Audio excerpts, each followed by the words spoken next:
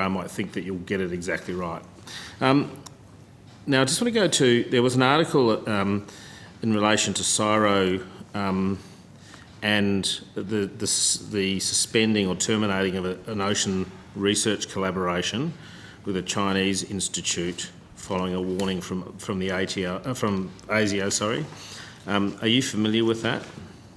I think I am, Senator. Yeah. Okay. So it looks to me, by reading the articles, that you were doing some sort of acoustic modelling, and that acoustic modelling in some way, or might have been temperature modelling, whatever, but in some way that climate change research could have had a dual use. That was the comment that was made at the time, Senator, that it could potentially, yes. Yeah, that's right. So my question here is not so much to the science, but just the process, noting the defence trade controls and the intersection that they have with industry. Have you looked back to say how did that occur? How did you end up entering into a cooperation program that involved a dual use technology or science, and just from a corrections purpose moving forward? Senator, can I start by saying that we didn't go into something that could be dual use.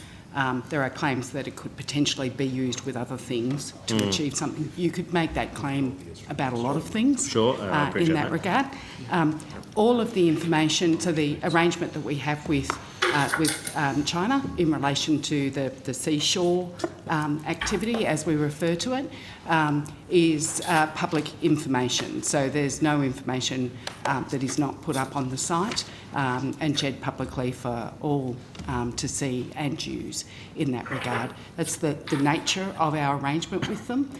We don't have anything, that is the only research that we're undertaking through Seashore is information that's made publicly available. But there must be cause for concern. I'll just maybe step back and say, what you make publicly available might be the result of some research, and there would be a lot of conversation, a lot of science that goes on behind the scenes to get to that point.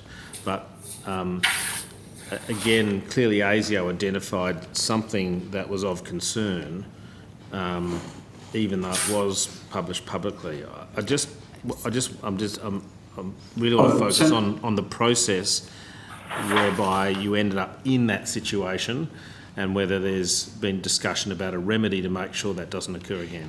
So, Senator, we were questioned in estimates, I think it's about 2 years ago. Sure. Senator Carr raised it at that time, and at that time we talked about that process, as you're referring to, who did we confer with at the time in relation to it. We did seek advice from other areas of government before entering into that arrangement, and there was an understanding at that time that the nature of our research was relevant publicly, and not something that would be difficult. I'm happy to go, in the interest of time, I'm happy to go back to the Hansard.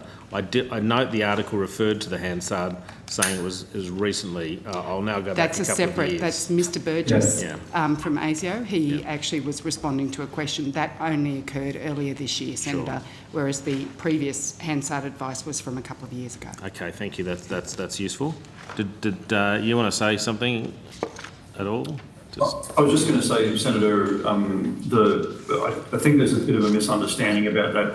There wasn't anything kind of quite wrong about that, entering into that agreement. That's not the reason it ended. We didn't terminate it. It was always going to be a 5-year deal.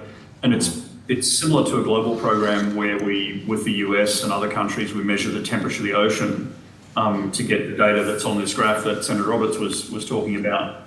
And I think what Mike Burgess was saying was that it's possible to use ocean temperature data to determine, find a submarine.